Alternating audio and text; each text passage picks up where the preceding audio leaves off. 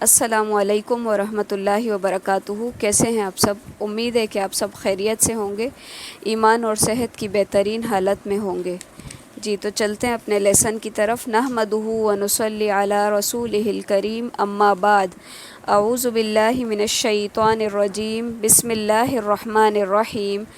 رب اشرح لی صدری ویسر لی امری واحلل عقدۃ من لسانی یفقہوا قولی رب زدنی علما رب زدنی علما رب زدنی علما۔ بسم اللہ الرحمن الرحیم۔ وقالت الیہود لیست النصارى علی شیء، اور کہا یہود نے کہ نہیں ہے نصارہ کسی چیز پر۔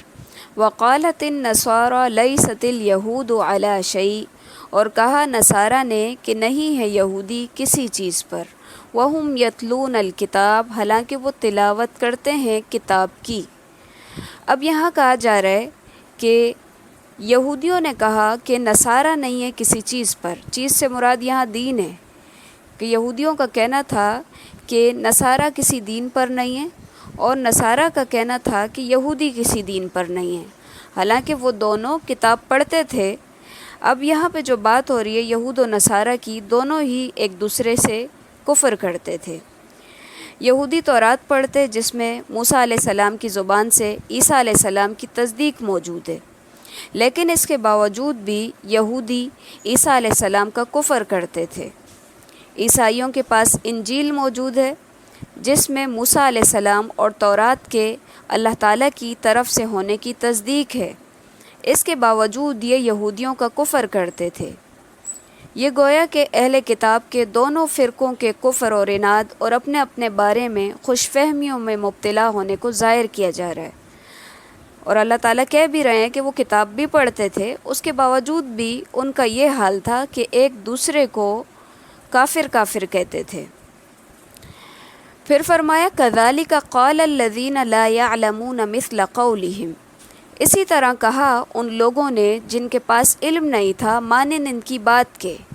فاللہ یحکم بینہم یوم القیامہ، تو اللہ تعالیٰ فیصلہ کرے گا درمیان ان کے قیامت کے دن۔ فیما کانوا فیہ یختلفون، جس میں وہ اختلاف کرتے تھے۔ یعنی اہل کتاب کے مقابلے میں عرب کے جو مشرکین تھے ان کے لیے یہاں پہ لفظ آیا لا یعلمون، یعنی علم نہیں رکھتے، کیونکہ مشرکین ان پڑھ تھے، کہ جب یہ لفظ اہل کتاب کے مقابلے میں آئے تو یہاں ان پڑھ لوگ مراد لیے جائیں گے جن کے پاس کتاب کا علم نہ ہو۔ تو مشرکین مکہ جو تھے وہ ان پڑھ تھے، یعنی کہ امی تھے، اس لیے ان کو یہاں پہ بے علم کہا گیا۔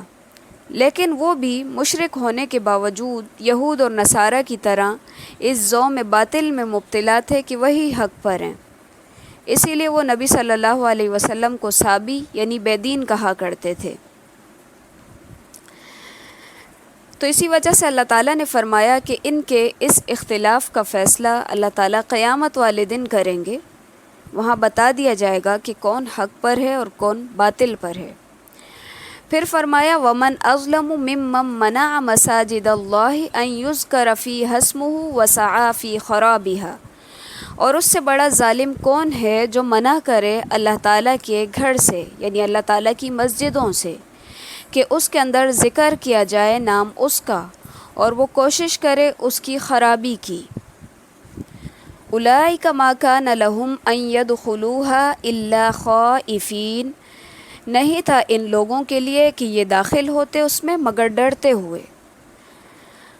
اب یہاں پر بات کی جا رہی ہے ان لوگوں کی جنہوں نے اللہ تعالیٰ کی مسجدوں سے روکا اور ذکر کرنے سے روکا۔ یہ کون لوگ ہیں؟ اس کے بارے میں مفسرین کی دو رائے ہیں۔ ایک رائے یہ ہے کہ اس سے مراد عیسائی ہیں، جنہوں نے بادشاہ روم کے ساتھ مل کر بیت المقدس میں یہودیوں کو نماز پڑھنے سے روکا اور اس کی تخریب میں حصہ لیا۔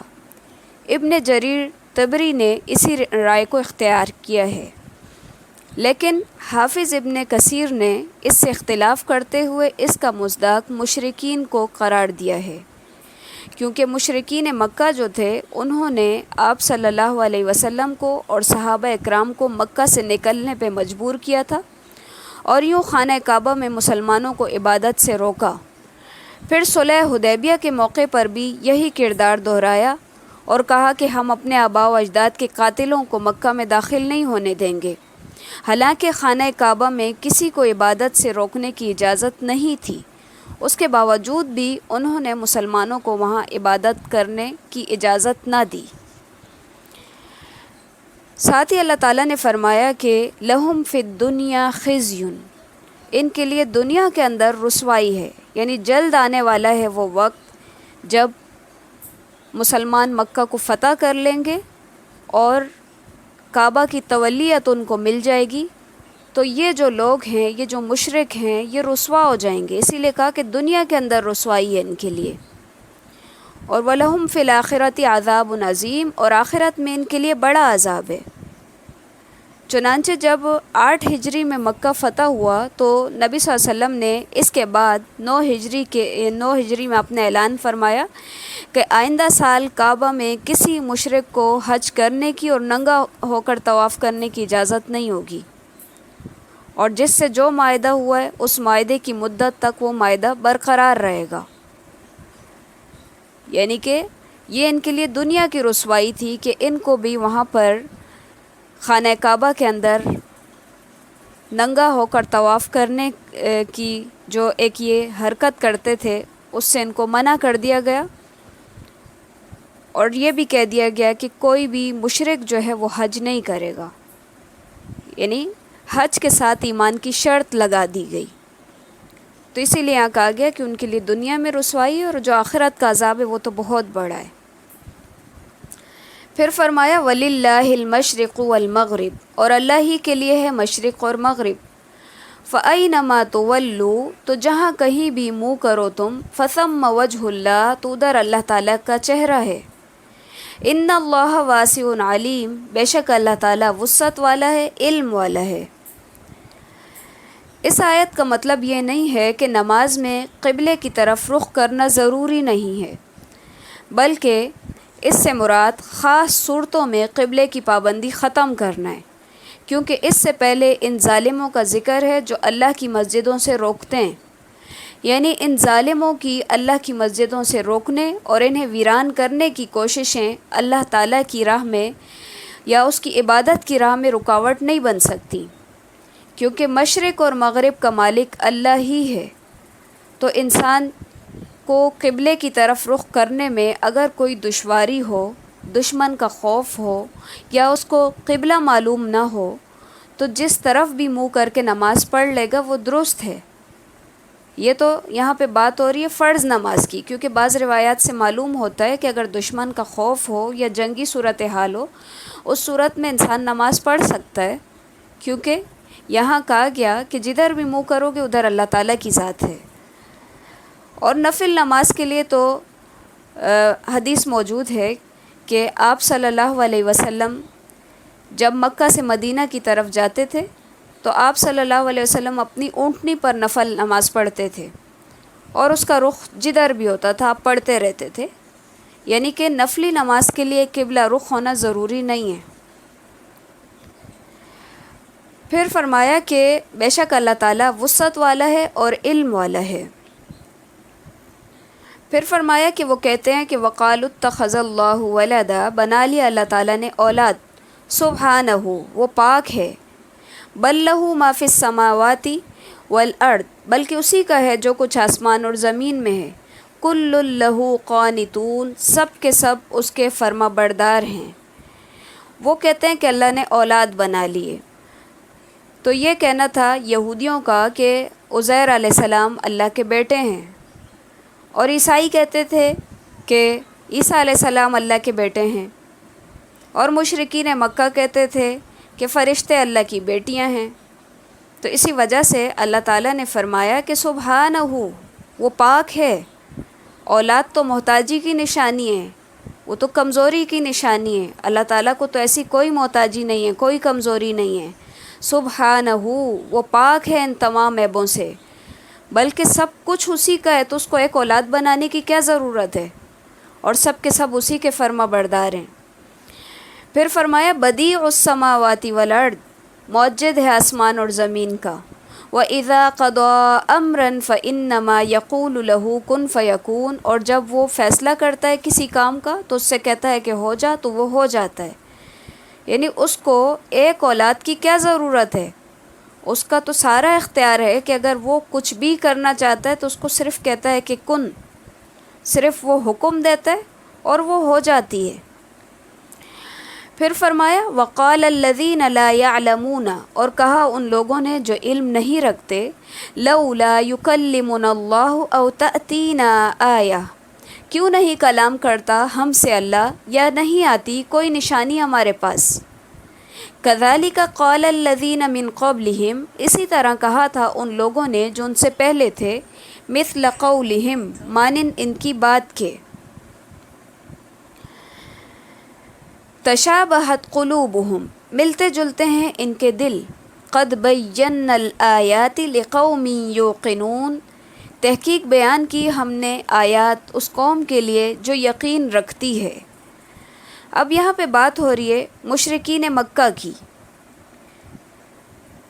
کیونکہ وہ آپ صلی اللہ علیہ وسلم سے مطالبہ کرتے تھے کہ اللہ تعالیٰ ہم سے کلام کیوں نہیں کرتا، یا ہم میں سے ہر شخص کے اوپر ایک ایک کتاب کیوں نہیں اتاری جاتی، یا کہہ رہے ہیں کہ او تأتینا آیا، یا ہمارے پاس کوئی نشانی کیوں نہیں آتی. تو اسی لیے اللہ تعالیٰ نے فرمایا کہ بالکل ایسی باتیں تو ان سے پہلے والے لوگ بھی کرتے تھے، کیونکہ پیچھے بھی آپ نے پڑھا کہ بنی اسرائیل نے موسیٰ علیہ السلام سے کیا کیا مطالبات کیے، اور ان سے یہاں تک کہا کہ اللہ تعالیٰ کو ہمارے سامنے پیش کرو. یعنی ہم اس وقت تک ایمان نہیں لائیں گے جب تک کہ ہم اللہ تعالیٰ کو سامنے نہیں دیکھ لیتے. تو بالکل اسی طرح کے مطالبات ان کے بھی ہیں. اسی طرح اللہ تعالیٰ نے سورہ زاریات میں بھی فرمایا کہ کذالک ما اتی الذین من قبلہم من رسول الا قالوا ساحر او مجنون اتواصوا بہ بل ہم قوم طاغون. ان سے پہلے بھی جو بھی رسول آیا ان کو ان لوگوں نے جادوگر یا دیوانہ کہا. کیا یہ اس بات کی ایک دوسرے کو وصیت کر کے جاتے ہیں؟ یعنی کہ جس طرح کی باتیں یہ کر رہے ہیں اس سے پہلے والے لوگوں کا بھی بالکل سیم یہی رویہ تھا. نہیں، بلکہ یہ سب کے سب سرکش لوگ ہیں. یعنی کہ ان سب کے اندر جو ایک قدر مشترک ہے وہ ہے سرکشی. یہ سرکشی کی وجہ سے اس طرح کے مطالبات کرتے ہیں. پھر فرمایا انا ارسلناک بالحق بشیرا ونذیرا، بے شک ہم نے بھیجا آپ کو حق کے ساتھ خوشخبری سنانے والا اور ڈرانے والا. ولا تسأل عن اصحاب الجحیم، اور سوال نہیں کیا جائے گا آپ سے جہنم والوں کے بارے میں. یعنی کہ ہم نے آپ کو حق کے ساتھ بھیجا، اور آپ کے جو کرنے کے کام ہے بشارت دینا اور ڈرانا. یعنی کہ یہ دو خوبیاں ہر دائی میں ہونی چاہیے، کہ ایسا بھی نہیں ہونا چاہیے کہ وہ فضائل اعمال کی طرح صرف فضیلتیں ہی بتاتے رہے اور کسی کو ڈراوا نہ دے، اور ایسا بھی نہیں ہونا چاہیے کہ بہت زیادہ ڈر سنایا جائے کہ انسان کی امید ہی ختم ہو جائے. تو اسی لیے یہاں پیغمبر کے بھی یہ دو نام، دو صفاتی نام بیان ہوئے کہ بشیر خوشخبری دینے والا، و نذیر اور ڈرانے والا. یعنی بشارت بھی ہونی ہے اور ڈر بھی ساتھی ہے، دونوں کام ساتھ ساتھی ہیں. اور آپ یہ قرآن کا اسلوب پڑھیں گے ہمیشہ آپ نوٹ کریں گے کہ جہاں پہ جہنم کا ذکر آتا ہے اس کے فوراً بعد جنت کا ذکر ضرور آتا ہے. یہ اللہ تعالیٰ کی مہربانی ہے کہ اللہ تعالیٰ بندے کو مایوس نہیں کرنا چاہتے. اللہ تعالیٰ چاہتے ہیں کہ بندہ خوف بھی اختیار کرے اور اللہ تعالیٰ کی رحمت کی بھی امید رکھے. تو اسی لیے بشارت اور ڈر ساتھ ساتھ آتے ہیں، جنت اور جہنم کا ذکر ساتھ ساتھ ملتا ہے. پھر آپ صلی اللہ علیہ وسلم سے کہا جا رہا ہے کہ آپ کی جو محنتیں ہیں وہ اپنی جگہ آپ کوشش کر سکتے ہیں، لیکن آپ ان کے اوپر کسی طرح کے کوئی نگران نہیں ہیں. آپ سے ان کے بارے میں پوچھا نہیں جائے گا، آپ سے نہیں پوچھا جائے گا کہ یہ ایمان کیوں نہیں لائے. پھر فرمایا وَلَن تَرْضَىٰ عَنْكَ الْيَهُودُ وَلَا النَّصَارَىٰ، ہرگز بھی راضی نہیں ہوں گے تم سے یہودی اور نہ عیسائی. حَتَّىٰ تَتَّبِعَ مِلَّتَهُمْ، یہاں تک کہ تم پیروی کرو ان کے طریقے کی. قل ان ہدی اللہ هو الہدا، کہہ دیجئے کہ بے شک ہدایت وہی ہے جو اللہ کی ہدایت ہے۔ وَلَئِنِ اتَّبَعْتَ أَهْوَاءَهُمْ، اور اگر تم نے پیروی کی ان کے خواہشات کی، بعد الذی جاءک من العلم، بعد اس کے کہ تمہارے پاس علم آ گیا، ما لک من اللہ من ولی ولا نصیر، تو نہیں ہے تمہارے لیے اللہ تعالیٰ کے سوا کوئی دوست اور نہ کوئی مددگار، یعنی اللہ تعالیٰ کے مقابلے میں تمہارا نہ کوئی دوست ہے نہ کوئی مددگار ہے۔ اب یہاں پہ نبی صلی اللہ علیہ وسلم کو مخاطب کر کے، اصل میں مخاطب آپ کی امت ہے، یعنی کہ مسلمانوں سے کہا جا رہا ہے کہ یہودی اور عیسائی یہ ہرگز بھی راضی نہیں ہو سکتے اس وقت تک جب تک کہ تم ان کا دین نہ اختیار کر لو۔ ملتہم سے مراد ان کا دین ہے، یعنی یا تو یہودی بن جاؤ یا عیسائی بن جاؤ، تب خوش ہوں گے وہ، اور خوش بھی ایک ہی فرقہ ہوگا جس کا دین اختیار کیا جائے گا، کیونکہ ابھی آپ نے پڑھا کہ یہودی کہتے ہیں کہ عیسائی کسی دین پر نہیں ہے، عیسائی کہتے ہیں کہ یہودی کسی دین پر نہیں ہے۔ تو اسی لیے فرمایا کہ قل ان ہدی اللہ هو الہدا، کہہ دیجئے کہ ہدایت صرف وہی ہے جو اللہ تعالیٰ کی ہدایت ہے۔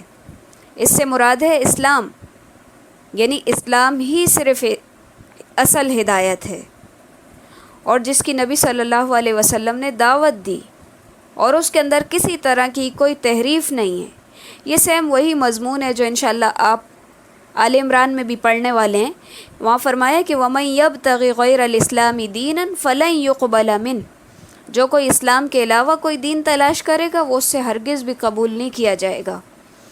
تو اسی لیے کہا گیا کہ اگر علم ہونے کے بعد بھی آپ ان کے خود ساختہ دین کو اختیار کر لیتے ہیں یا ان کی پیروی کرتے ہیں، تو پھر اللہ تعالیٰ کے مقابلے میں آپ کا نہ کوئی مددگار ہوگا اور نہ ہی کوئی آپ کا دوست ہوگا، یعنی آپ بالکل اکیلے ہو جائیں گے۔ بالکل اسی طرح یہ دیکھیں کہ یہ امت محمدی کو تعلیم دی جا رہی ہے کہ اہل بدعت اور گمراہوں کی خوشنودی کے لیے کوئی بھی ایسا کام نہ کریں جو دین کے اندر نہ ہو، یعنی کہ وہ صرف اپنے گھر والوں کو، اپنے خاندان والوں کو خوش کرنے کے لیے اس طرح کا کوئی بھی طریقہ اختیار نہ کریں جو دین کا حصہ نہ ہو، کیونکہ نبی صلی اللہ علیہ وسلم تو ایسا کچھ بھی نہیں کرنے والے تھے۔ آپ کو کیوں کہا گیا؟ یہ آپ کو نہیں کہا گیا بلکہ آپ کی امت کو کہا گیا۔ پھر فرمایا الذین آتیناہم الکتاب یتلونہ حق تلاوتہ، اور وہ لوگ جن کو ہم نے کتاب دی وہ تلاوت کرتے ہیں اس کی، اور ایسے تلاوت کرتے جیسا کہ اس کا حق ہے۔ اولئک یؤمنون بہ، یہ ایمان لاتے ہیں اس پر۔ ومن یکفر بہ، اور جو کوئی کفر کرے اس کا، فاولئک ھم الخاسرون، تو ایسے ہی لوگ خسارہ پانے والے ہیں۔ حق تلاوتہ، اس سے کیا مراد ہے؟ اب پہلے آپ یہ دیکھیں کہ اہل کتاب کے ناخلف لوگوں کی مذموم اخلاق کو پیش کیا گیا، ان کو یعنی جو ان کا کردار تھا اس کی تفصیل بیان ہوئی۔ پھر اس کے بعد جو ان کے نیک لوگ تھے اس کا اچھا کردار پیش کیا جا رہا ہے۔ اب اس آیت میں اندر ان کی خوبیاں بیان ہو رہی ہیں کہ ایک تو یہ ہے کہ وہ مومن ہیں، جیسے کہ عبداللہ بن سلام اور ان جیسے دیگر لوگ ہیں جنہوں نے یہودیت کو ترک کر کے اسلام کو قبول کیا۔ پھر فرمایا کہ وہ اس طرح پڑھتے ہیں جیسا کہ اس کا حق ہے۔ حق کس طرح ہے؟ اس کے کئی مطلب ہیں، مثلاً خوب توجہ اور غور سے پڑھنا، جیسے جنت کا ذکر آئے تو جنت کو طلب کرنا، اور جہنم کا ذکر آئے تو اس سے پناہ مانگنا۔ اسی طرح اس کے حلال اور حرام کو سمجھنا اور اس کے اندر تحریف نہ کرنا، جیسے کہ دیگر یہودیوں کا شیوہ تھا وہ کرتے تھے، اور اس کے اندر جو بھی لکھا ہے اس کو صحیح صحیح بیان کرنا، اس کو نہ چھپانا، اس کی محکم باتوں کے اوپر عمل کرنا، متشابہات کے اوپر ایمان رکھنا، اور جو باتیں سمجھ نہیں آتی وہ اہل علم سے جا کے پوچھنا، کیونکہ ہر بندے کا ایک فیلڈ ہوتا ہے۔ تو اگر آپ کو کچھ سمجھ نہ آئے تو اہل علم سے رابطہ کریں، ان سے جا کے پوچھیں۔ تو یہاں پہ اہل کتاب میں سے بعض لوگوں کی یہ خوبی بیان ہو رہی ہے کہ جب ان کو کچھ سمجھ نہیں آتا تو وہ اہل علم سے رابطہ کرتے ہیں، ان سے جا کے پوچھتے ہیں۔ پھر یہ کہ اس کی ایک ایک بات کا اتباع کرنا۔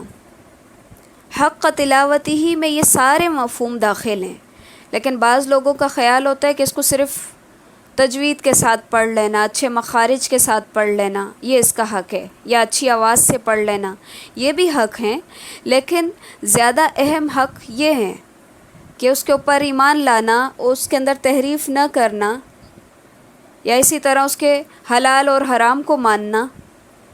تو یہ سارے اس کے حق ہونے کی نشانیاں ہیں، یعنی کہ یہ ایسا پڑھنا ہے جیسے کہ اس کا حق ہو جائے، اس کا حق ادا ہو جائے اس کے پڑھنے کا. تو اسی لیے یہاں پہ کہا گیا کہ حق تلاوتی ہی، وہ اس کی تلاوت کا حق ادا کرتے ہیں، یہی لوگ مومن ہیں. اور وَمَن يَكْفُرْ بِهِ فَأُولَٰئِكَ هُمُ الْخَاسِرُونَ، جو اس کا کفر کرے، جو اس کا انکار کرے، وہ لوگ خسارہ پانے والے ہیں. جی تو آج کا ہمارا لیسن یہیں تک ہے. سبحانک اللہم و بحمدک نشہد ان لا الہ الا انت نستغفرک و نتوب الیک. السلام علیکم ورحمۃ اللہ وبرکاتہ.